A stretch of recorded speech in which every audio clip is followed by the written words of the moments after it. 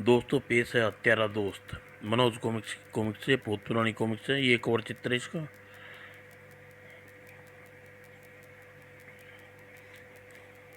फतेहगढ़ के राजा चंदेल सिंह बहुत दिनों से बीमार चल रहे थे। राजवैद्य उसका उपचार करते करते थक गए थे, लेकिन चंदेल सिंह की बिगड़ती दशा में कोई सुधार नहीं हुआ।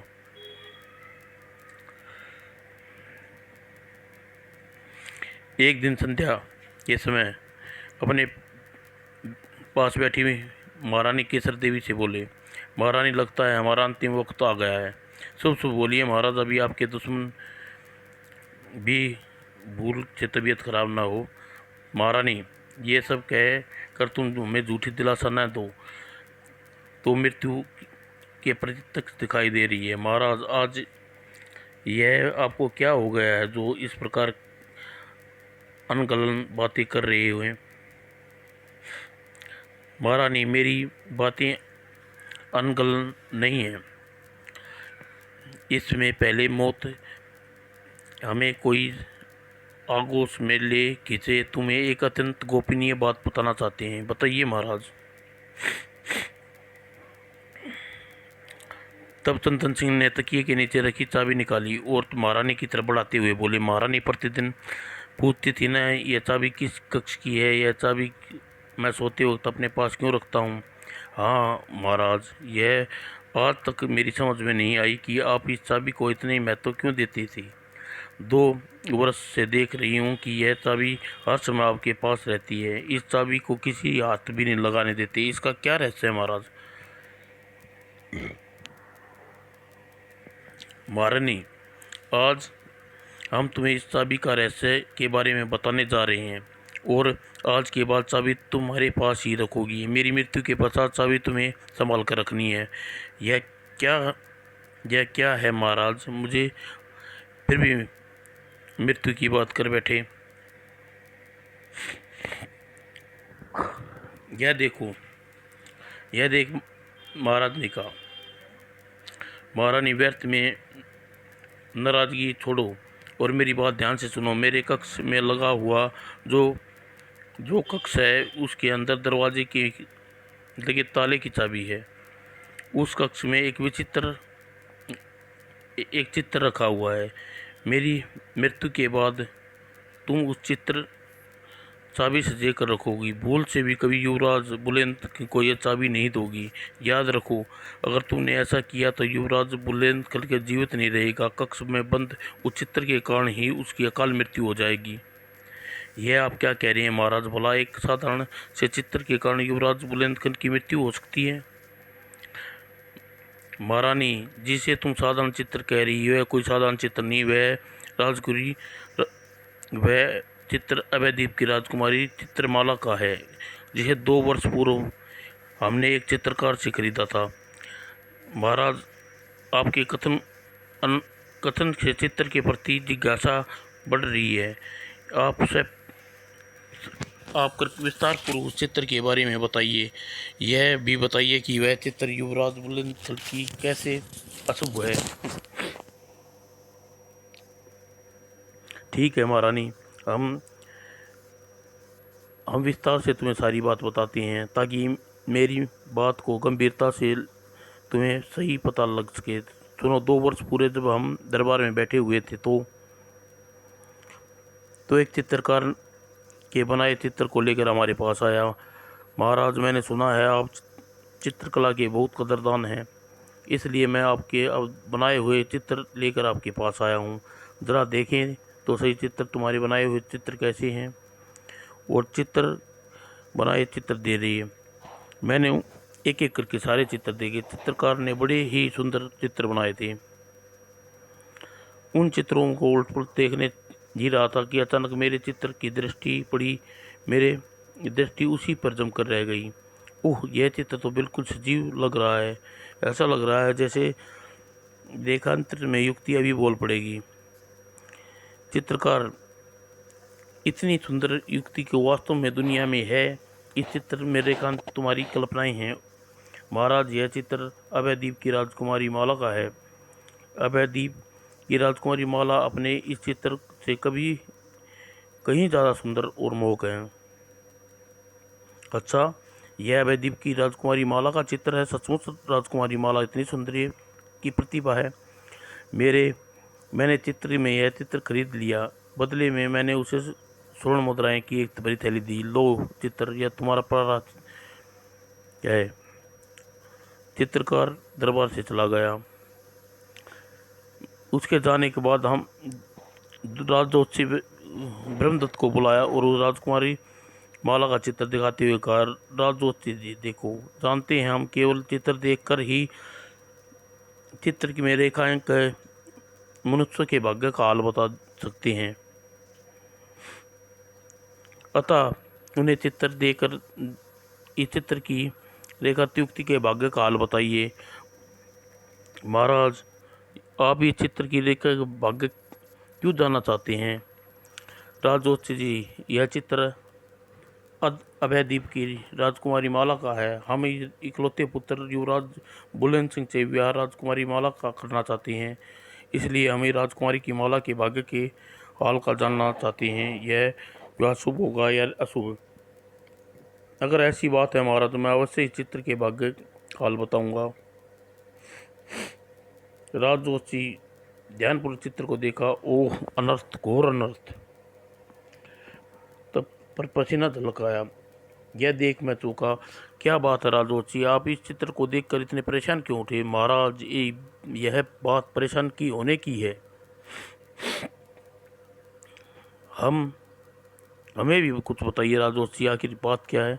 तो सुनिए महाराज, इस चित्र की रेखित युगली का विवाह जो भी विवाह करेगा 10 दिन के पश्चात उसकी अकाल मौत मर जाएगा। नहीं क्या? हाँ महाराज, और तब हम भूलकर भी युवराज बुलंद सिंह के विवाह राजकुमारी माला की शयन नहीं करेंगे। हम आज ही चित्र को जला देंगे। महाराज, ऐसा नहीं करना, वरना फतेहगढ़ राज्य में घनघोर विपत्ति के बादल छा जाएंगे, प्रजा भूखों मरने लगेगी। क्यों जोशी? महाराज, चित्रकार से यह चित्र खरीदा तो आपने बड़ी भूल की है। चित्र खरीदते समय राजकुमार माला के बुरे ग्रह आपके भी सताना प्रारंभ कर दिया, जिससे आप रूपण रहेंगे लगेंगे और 2 वर्ष के पश्चात आप लंबी बीमारी के कारण अकाल मृत्यु को प्राप्त होंगे। अगर आपने भूल कर भी यह चित्र जला दिया तो राजकुमारी माला के बुरे ग्रह आपसे कुटपित हो जाएंगे और बुरे ग्रह पति को अपना निशाना विनाश लीला प्रारंभ कर देंगे। इसलिए आपको चित्र को जलाने की कदापि भूल न करना महाराज। ओह ओह, तब हम इस चित्र को कैसे पीछा छुड़ाएं? राजज्योतिषी सुनकर राजज्योतिषी सोच में पड़ गई और कुछ सोचने के पश्चात, महाराज आप ऐसा कीजिए, इस चित्र को किसी गुप्त कक्ष में बंद कर दीजिए। उस कक्ष के द्वार पर मोटा ताला लगा दीजिए और चाबी सदैव अपने पास रखिए। महाराज, यह बात याद रखना। युवराज बुलंद सिंह की दृष्टि भी इस चित्र पर नहीं पड़नी चाहिए। यदि किसी दिन ऐसा होगा तो युवराज बुलंद सिंह रूपमाला से मोहित हो जाएंगे और मिलने का व्यंग हो उठेंगे और उनके घातक होगा, जिसके परिणाम स्वरूप युवराज बुलंद सिंह की जान भी जा सकती है। ओह, तब तो हम ऐसा ही करेंगे राजज्योतिषी, जैसा आपने बताया है। हम किसी भी हालत में अपने इकलौते पुत्र को अहित नहीं होना देना देंगे। अच्छा महाराज, अब आज्ञा दें।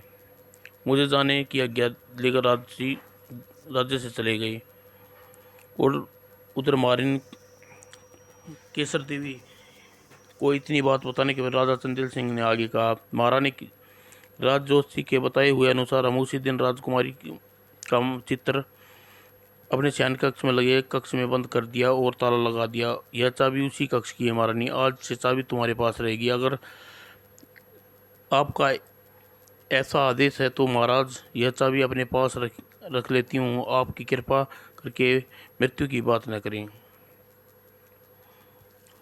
कैसे ना करूं? 2 वर्ष पूरे हो चुके हैं। राजज्योतिषी ने हमारी अकाल मृत्यु की घोषणा की थी। अब उस घोषणा का पूरा होने का समय आ चुका है। दुख में के सागर में डूब गई और चंदन सिंह चाबी लेकर वह लौट लौट पड़ी। अब मैं चैन की नींद सो सकेंगे। और घटना के दूसरे दिन जब राजनीति के तंत्र में पहुंची, ओह यह क्या, महाराज की आंखें खुली हुई हैं, वह मुंह फटा हुआ है। ऐसी अवस्था तो महाराज का सर्व सुधार गए हैं। और मन में कुविचार आते ही केसर देवी दौड़कर शयन कक्ष में पहुंची और चंदेल सिंह की छाती पर अपना हाथ कान सटा दिया। ओह, महाराज का दिल की धड़कनें तो बंद हो गई। चंदेल को मृत्यु भागा फूट फूट रोने लगी। वो सचमुच मेरे साथ छोड़ गई, मैं सुहागिन से अभागिन हो गई। वो चंदेल की मृत्यु का समाचार पाकर बुलंद दौड़ा दौड़ा आया। वो पिताजी, माँ पिताजी चब्बुदेन सिंह की सौल यंत्र फूट फूट कर रो रहे थे। और बड़े अग्नित्व से वातावरण में राजा बुलंद सिंह का अंतिम संस्कार किया गया।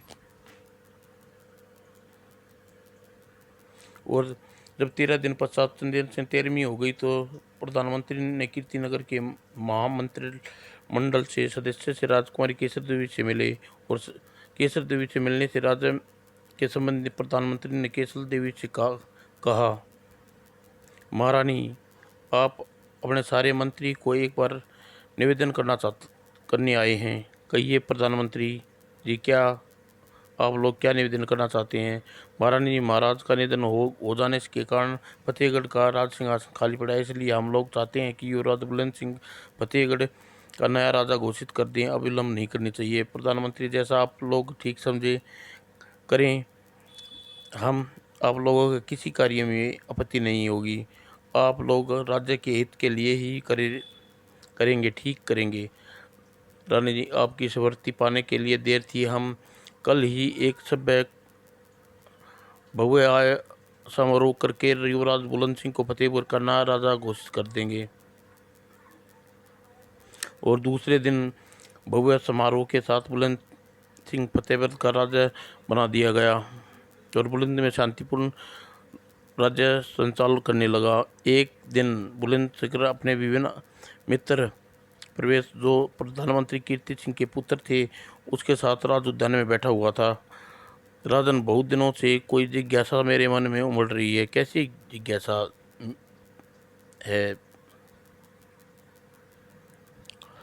राजन, महल में आते जाते मैंने कई बार देखा राजमाता केसर देवी की एक चाबी हमेशा अपने पास रखती है। वह चाबी किस कक्ष की है? राजन, क्या आपके चाबी के बारे में कुछ पता है? प्रेस, बहुत अच्छे किया प्रेसर, यह बात पूछकर तुमने बहुत अच्छा किया। मेरे मन में भी बहुत दिनों से यह प्रश्न घूम रहा था कि आज वह चाबी के बारे में राजमाता से पूछूं। उस रात जब बुलंद सिंह सोने से पहले राजमाता केसर देवी के चरणों को स्पर्श करके कक्ष में आया तो राजमाता को आज्ञा दें, एक बात पूछना चाहता हूँ। पूछो बेटा, क्या बात पूछना है? राजमाता, बहुत दिनों से देख रहा हूँ आप चाबी को हर समय अपने पास रखती हैं। पहले तो यह चाबी आपके पास नहीं रहती। किस कक्ष की चाबी है राजमाता? क्या इस चाबी के बारे में कुछ बता सकती हैं? ओह बुलंद सिंह, इस चाबी के बारे में क्या बात बताऊं? यह देख राजमाता अपने प्रश्न का कोई जवाब नहीं दिया। अरे बेटा, आज तो तुमने मुझसे यह चाबी के बारे में पूछ लिया, पर आज के बाद भूल कर भी कभी हमसे इस चाबी के बारे में न पूछना, हमारा आदेश है। राजमाता, बेटा बहुत हो गई है, अब तुम अपने कक्ष में जाओ। यह सुनकर बुलंद चुपचाप अपने कक्ष में चला गया। वह परेशान अपने कक्ष में पहुंचा। आखिर वह चाबी किस चीज़ की है? राजमाता मुझसे उसके बारे में कुछ बता क्यों नहीं रही? इस बात से प्रति मेरे मन में और रहस्य बढ़ गया है। जो भी हो, मैं उस चाबी का रहस्य के बारे में सारी बात जान कर रहूँगा।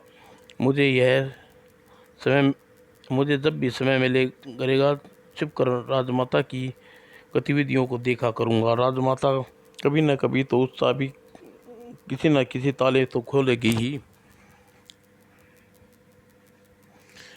और इस घटना के कुछ दिन बाद रात्रि एक रात्रि जब राजमाता केसर देवी के सोने से अपने शयन कक्ष में लेटी हुई थी, वह स्वर्गीय महाराज चंदेल सिंह के कक्ष के साथ लगे कक्ष में सटाए फिरती हूँ, कक्ष में साथ लगाए फिरती हूँ। मैंने आज तक भी कक्ष में खोल कर नहीं देखा। अब कक्ष में देखूंगी कि अभयदेव की राजकुमारी की माला का चित्र कैसा है, राजकुमारी की माला का चित्र देखने में कैसे लगती है। यह विचार आते ही इस समय सब सो गए होंगे। मुझे इसी समय जाकर उस कक्ष को खोलकर राजकुमारी का चित्र देखना चाहिए। यह सोचकर केसर देवी अपने कक्ष से निकली और कक्ष में चल पड़ी।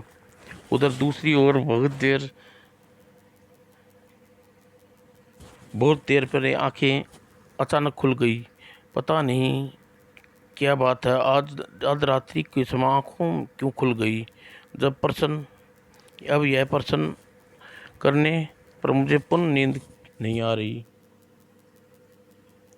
और बहुत देर तक शयन कक्ष में लेटा लेटा करवटें बदलता रहा और जब नींद नहीं आई तो वह उठकर कक्ष के दरोखे के पास जाकर खड़ा हो गया और वही क्षण था जब राजमाता केसर देवी शयन कक्ष की ओर बढ़ती जा रही थी। बुलंद से बाहर निकली।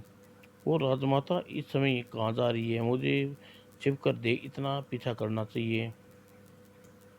यह सोचकर बुलंद चुपचाप दबे पांव अपने कक्ष से बाहर निकला और चोरी चोरी छिपता राजमाता के पीछे करना लग गया। और केसर देवी जब चंदेल सिंह के शयन कक्ष में पहुंची तो राजमाता स्वर्गीय पिताजी की महाराज के कक्ष में इस समय क्यों जा रही हैं, क्या कारण हो सकता है। इसी सोचों में डूबता हुआ वह उस कक्ष में प्रवेश कर गया और राजमाता का शयन कक्ष में घुसते ही साथ लगी वृद्ध बंद दरवाजे के समीप गई और वो राजमाता ने उस चाबी के ताले खोल रही है जो हर समय अपने पास रखती है, जिस चाबी के बारे में जिन्हें कुछ भी बताना इनकार कर दिया था। यह चाबी इसी कक्ष की है और ताला खोलकर कक्ष में अंदर घुस गई और अंदर जाकर राजकुमारी का चित्र देखा। ओह, राजकुमारी माला वास्तव में आदित्य सुंदरी है, महाराज सचमुच कह रहे थे। वह बहुत ही देर तक कक्ष में मुद्र बैठी माला के चित्र को देखती रही और तत्पश्चात वह कक्ष का ताला लगाकर पुनः अपने कक्ष में लौट आई और दूसरे बुलंद अपने कक्ष में पहुंचकर सोच में डूब गया। मुझे यह तो पता लग गया राजमाता के पास हर समय रहने वाली चाबी किस कक्ष की है, कि ताले की है। अब मुझे सिर्फ यह बात का पता करना है कि उसमें ऐसी वह क्या वस्तु रखी है बंद है, जिस पहले मुझे राजमाता की चाबी हासिल करनी होगी। लेकिन राजमाता चाबी कैसे हासिल करूं? राजमाता एक पल के लिए भी चाबी अपने से अलग नहीं रखती। अभी वह कुछ याद आया और राजमाता प्रतिदिन स्नान करने अपने वस्त्र कपड़े आभूषण स्नानघर के बाहर रख देती है। मैं वह चाबी वस्त्र आभूषण के साथ स्नानघर के बाहर रख देती है होगी। उसी समय गर्म मोम से चाबी की आकृति छाप लगाकर सुनार से मोम की चाबी की आकृति दूसरी चाबी बनवा लूंगा। तत्पश्चात ही चाबी आसानी से ताले से खोल सकता हूँ। सोचते हुए उससे मन में प्रशंसा की रेखाएं खिंच गई। दूसरे दिन सुबह अपने वस्त्र आभूषण कक्ष के बाहर चाबी स्नान गृह रख कर राजमाता गहने की और नहाने के लिए घुस गई। बुलंद तभी कक्ष में आकर घुसा। दासी किसी के कानों कान खबर न होनी चाहिए कि हम राजमाता के कक्ष में आए थे। जी महाराज, जी महाराज। अच्छा, अब तुम कक्ष से बाहर जाओ। जी महाराज।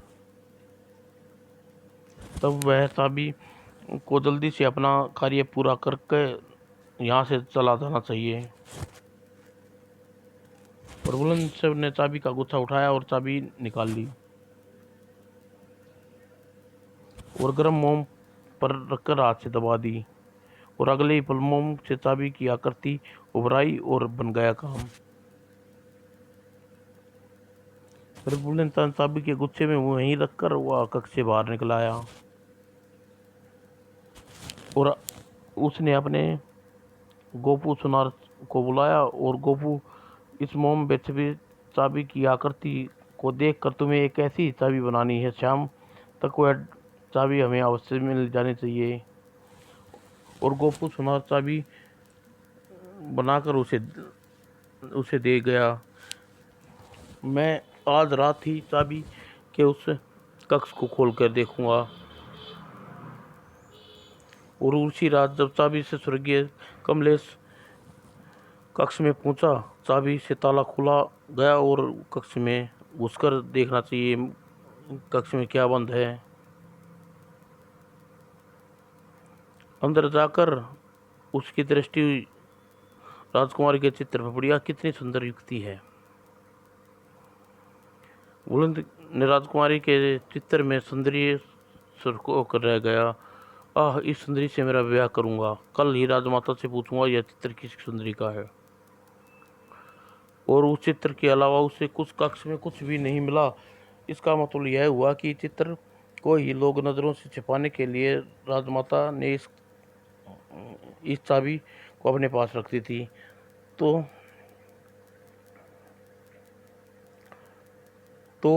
यह चित्र कितनी महत्वपूर्ण है। जरूरी है चित्र में कोई रहस्य छिपा है। मैं इस चित्र के बारे में राजमाता से जरूर कहूँगा। और वह उठकर बुलंदशहर कक्ष यथार्थ ताला लगा दिया और कक्ष में लौट कर आया। और तब राजकुमारी माला के बारे में सोचने लगा। ऐसा लगता है जैसे चित्र की रेखा युक्ति विधाता ने बड़ी फुर्सत से गढ़ा है। और दूसरे दिन दरबार के समस्त होने पर बुलंद सिंह राजमाता केसर देवी के पास पहुंचा। उसने सीधा प्रश्न किया, राजमाता, स्वर्गीय पिताजी, शयन कक्ष में 7 वाले कमरे में वह किसका सुंदरी का चित्र रखा हुआ है? यह सुनकर राजमाता केसर देवी बुरी तरह चौंकी। तुम्हें यह कैसे जानते हो? राजमाता, क्षमा करना, मैंने चोरी से उस कक्ष में खोल कर देखा जिसे तुम सुंदरी का चित्र देख कर राजमाता आप अवश्य ही उस चित्र के बारे में कुछ जानती होंगी। मुझे बताइए वह किसका चित्र है? बेटा, वह सच है कि वह कक्ष में चाबी रहती है। सचमुच नहीं जानती वह किस सुंदरी का चित्र है और कहाँ रहती है? राजमाता, आपके चेहरे पर भावों से स्पष्ट पता हो रहा है कि आप मुझसे झूठ बोल रही हैं। आप चित्र के बारे में सब कुछ जानती हैं, कुछ भी नहीं बता रही। राजमाता, आपको मेरी सौगंध, आप चित्र के विषय में जानती है, बताइए। ओह बेटा, तुमने अपनी सौगंध देखकर अच्छा नहीं किया। अब न चाहते हुए भी तुम्हें उस चित्र के बारे में सब कुछ बताना चलूँ। और जल्दी ही राजकुमाता ने उस चित्र की रेखा युक्ति के बता कौन है। तो सुनो बेटा, चित्र में सुंदर पार आने वाले अभयद्वीप की देश की राजकुमारी रमाला है। राजमाता की बात मेरी समझ में नहीं आ रही। आप उस चित्र को इस प्रकार छुपा कर क्यों रखी है? बेटा, यह एक लंबी कहानी है, फिर भी तुम्हें बताती हूँ, सुनो। और राजमाता ने केसर देवी की राजकुमारी के चित्र के संबंधित सारी कहानी सुना दी। तत्पता और फिर इसलिए तुम्हारे स्वर्गीय पिता नहीं चाहते थे तुम्हारी दृष्टि उस पर पड़े। राजमाता, मैं उस चित्र को देख चुका हूँ। आपको बता दूं कि मैं राजकुमारी माला से विवाह करूँगा। यह जानते हुए भी कि उससे विवाह करोगे जानलेवा सिद्ध होगा। राजमाता, मैंने राजकुमारी माला के चित्र देखा है, तभी से प्रण कर लिया है कि मैं यदि विवाह करूँगा तो उससे युक्ति से ही करूँगा जिसका अपनी जान पर कोई परवाह नहीं है। अब मेरी जान रहे या जाए, हर हाल में उससे माला से विवाह करूँगा। बेटा, राजकुमारी माला विवाह करने जैसी व्यर्थ बातें न कर, पर अपने राजपाट पर ध्यान दे लगा और अपनी प्रजा तुम्हारी कीर्ति के गीत गाएं। राजमाता प्रजा राजपाट अपनी जगह और राजकुमारी माला अपनी जगह, कहकर बुलंद सिंह तेजी से कच्छ से निकल गया। और उसके जाने के बाद ये भगवान अब क्या होगा, क्या अपना कोई खेल दिखाने वाली है।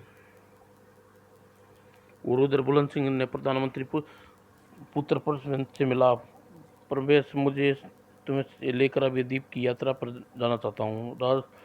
राजन, अभय द्वीप आप किस सिलसिले में जाना चाहते हैं? प्रवेश, मेरे चित्र इसलिए तुम्हें बताया था कि अभय द्वीप की राजकुमारी से विवाह करना चाहता हूँ। अभय द्वीप पे जाकर इस सिलसिले में वहाँ के राजा भूपति से बात करना चाहता हूँ। ओह, आपके साथ अवश्य अवय द्वीप चलूँगा, लेकिन एक बात याद रखना, हमारी इस गुप्त यात्रा को किसी के कानों का खबर ना हो। मैं इस बात का ध्यान रखूँगा राजन। और वह बुलंदशहर से लेकर उसी समय अभय द्वीप की यात्रा पर निकल पड़ा। दूसरी ओर दासी ने एक पत्र जाकर राज केसरी को दिया। राजमाता, यह पत्र महाराज बुलंद सिंह ने आपके नाम भेजा है। बुलंद सिंह ने पत्र भेजा है, आखिर कौन सा ही महत्वपूर्ण बात है जिससे मुंह से नहीं कह सकता और पत्र से कहना चाहता है। राजमाता, दासी ने पत्र लिया। राजमाता, मुझे क्षमा करना, मैं आपके आदेश का अवहेलना करना हूँ, अभी जा रहा हूँ। भगवान ने चाहा तो मैं राजकुमारी माला से विवाह उसके साथ लौटूंगा। आपका बेटा बुलंद सिंह। और पढ़कर राजमाता बुरी तरह रोने लगी।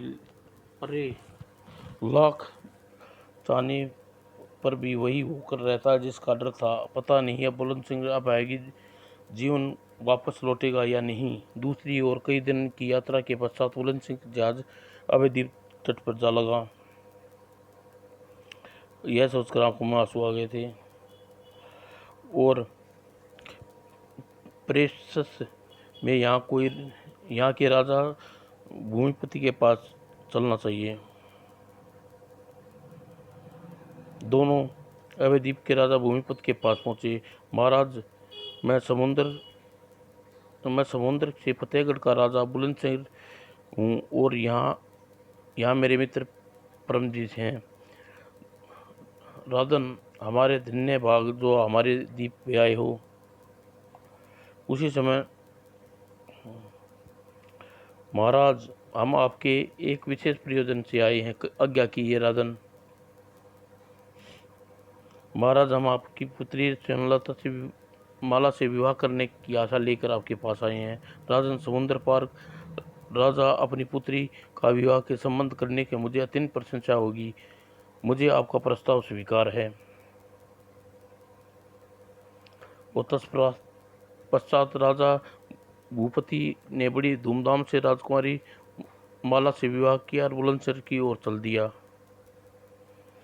विवाह के पश्चात, महाराज, अब मैं अपने राज्य लौटना चाहता हूँ, इसलिए आपसे विदा चाहता हूँ। बेटा मन तो नहीं कर रहा, लेकिन तुम्हें इतनी जल्दी विदा कर दूँ, पर तुम्हें अपनी पुत्री माला को विदा करना ही होगा, इसलिए तुम्हें और नहीं रोकूंगा।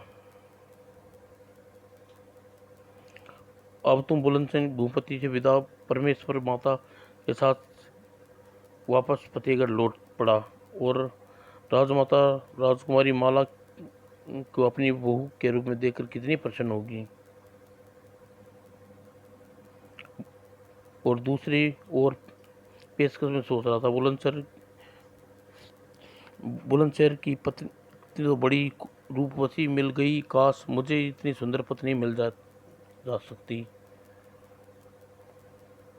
तभी उसके मन में एक विचार आया, इतनी सुंदर पत्नी मुझे मिल सकती है यदि मैं फतेह सिंह गढ़ पहुंचने से पहले बुलंद सिंह की हत्या कर दूं। मृत्यु के पश्चात राजकुमारी माला का मेरा ही अधिकार होगा, अन्यथा राजकुमारी माला मुझसे विवाह करना ही पड़ेगा। मन ही विचार आते ही प्रसन्न हो उठा। आज ही बुलंद सिंह को मौका देखकर मौत के घाट उतारने की कोशिश करूंगा। और उसी दिन जहाज नगर के तट पर रुका। आओ परमेश, थोड़ी देर के लिए जहाज से उतरो, हम तट पर घूम कर आते हैं। चलिए राजन। और राजकुमारी माला जहाज पर ही छोड़कर दोनों जहाज की सीढ़ियों से उतरते चले गए। जैसे ही दोनों तट पर पहुंचे, प्रवेश ने मौका देख पाकर अपनी कटार निकाली और खचाक, और बुलंद सिंह तड़पता हुआ भूमि पर गिर गया और सीधी दम ने दम तोड़ दिया। दूसरी ओर जहाज में खड़ी माला ने यह दृश्य देख कर हक्की बक्की रही। ओह, इस पापी ने तो मेरे पति की हत्या कर दी, और बुलंदशहर का कांटा तो दूर हो गया, अब मुझे माला को अपने कब्जे में करना होगा। यह सोच वह जहाज पर ही सीढ़ियां चढ़ने लगा और अपनी ओर आते देख, जैसे भी हो इससे उस आदमी से बचना है, मुझे छल से मेरे पति को मारा है, मैं इसे छल से ही मारूंगी। जैसे उसके समीप पहुंचा, तुमने बहुत अच्छा किया प्रवेश, जो बुलंद सिंह की मौत के घाट उतार दिया। यह तुम क्या कह रही है? हाँ प्रवेश, पिताजी महाराज ने मेरा विवाह बुलंद सिंह से 7 वर्ष से किया था, लेकिन सच में मुझे तुमसे ही विवाह करना चाहती थी। अच्छा हाँ प्रवेश, तो अभी क्या बिगड़ा है माला, हम अभी साथ में विवाह कर सकती हो। वह तो करूंगी ही, लेकिन पहले अवधि जाना होगा। क्यों? सुनो प्रवेश, क्योंकि तुम्हें बुलंदशहर को मार दिया है, इसलिए विवाह के पश्चात तुम्हें भी फतेहगढ़ तो जा नहीं सकते, इसलिए हम किसी अन्य राज्य में रहना पड़ेगा और इसके लिए धन की आवश्यकता होगी। यह तो तुम ठीक कह रही हो माला, लेकिन धन तो हम तुम्हारे पिता के यहाँ से ले सकते हैं। तुम बहुत भोले हो प्रवेश, अगर पिताजी को बुलंदशहर की मृत्यु का पता चलागा तो हमेशा जीवित नहीं छोड़ेगा। तुम ठीक कह तुम ही बताओ क्या करूं? तुम ऐसा करो, जहाज में बैठकर सीधे अवधि चले जाओ। वहां महल में मेरी एक पालतू मैना है, मुझे उसे लेकर तुरंत यहाँ लौट आना। मैना का हम क्या करेंगे माला? प्रवेश, तू मेरी पालतू मैना कोई साधारण मैना नहीं है, वह तुम्हें जो भी मांगोगे वह तत्काल ही वस्तु तुम्हें देगी। अच्छा, वह मैना बड़े काम की है? प्रवेश, मैं अपने पिताजी के नाम एक पत्र लिख देती हूँ, पत्र पढ़कर पिताजी तुम्हें मैना दे देंगे। हाँ, यह ठीक रहेगा। और मौलन ने एक पत्र लिखकर प्रवेश को दे दिया। प्रवेश ने, जब तुम लौटोगे तो मैं यहाँ तट पर तुम्हारा प्रतीक्षा करूंगी। ठीक है मौला, मैं तुम फिक्र ना करो, मैंने मैना लेकर सीधी वापस लौटता हूँ। और प्रवेश मौला को तट पे छोड़कर महल बैठकर आदित्य की दीप की ओर चला पड़ा। दीप में पहुंचकर प्रवेश ने पत्र राजा भूपत को दिया। पिताजी, यह वाहक ने धोखे से मेरे पति बुलंद सिंह की जान से मार डाला है, इसलिए इस पत्र पढ़ते ही आप तुरंत वाहक को मौत के घाट उतार दें।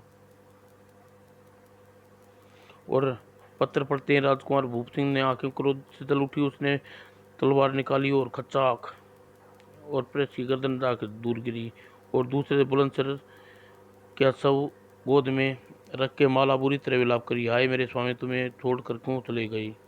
और फिर आसपास सूखी लकड़ियां इकट्ठी करके चिता बनाई और बुलंद सिंह के शव रखा। अब चमक गए पत्थर के आंसू उजागर, मैं चिता की आग लगा दूंगी और स्वयं भी चिता में कूद कर सती हो जाऊंगी।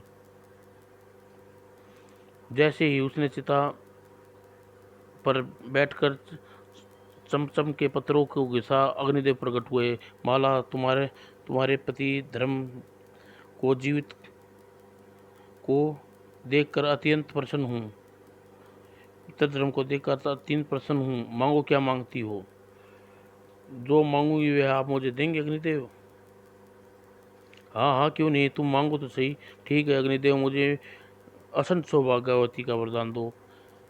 यह वर तो तुम्हें दे ही सकता हूँ माला, तुम्हारा पति तो मर चुका है। ठीक है, तो आप वचनहारी हो जाएंगे। ओह माला, तुम मुझे कैसी परेशानी में डाल दिया। एक बार सावित्री महाराज को परेशानी में डाल दिया था, लेकिन लगता है जैसे यमराज ने सावित्री को हारना पड़ा है, वैसे ही मुझे भी हारना पड़ेगा। अग्निदेव ने तुरंत ही मृत बुलंद सिंह के माथे पर हाथ रखा और तत्काल ही आंखें खोल दी। स्वामी, आप ठीक हो गई? ओह माला, और बुलंदशहर जीवित अग्नि देव अदृश्य होगी। अग्निदेव के अदृश्य होते बुलंद सिंह ने माला से पूछा, माला विश्वासघाती प्रवेश कहाँ है? स्वामी वह अब यहाँ नहीं है, सीधा यमलोक पहुँच चुका है। और बुलंदशहर ने माला के साथ फतेहगढ़ पहुंचा। राजमाता केसरी को अपने पुत्र को जीवित देखकर बहुत खुश प्रसन्न हुई। जय हो। समाप्त दोस्तों।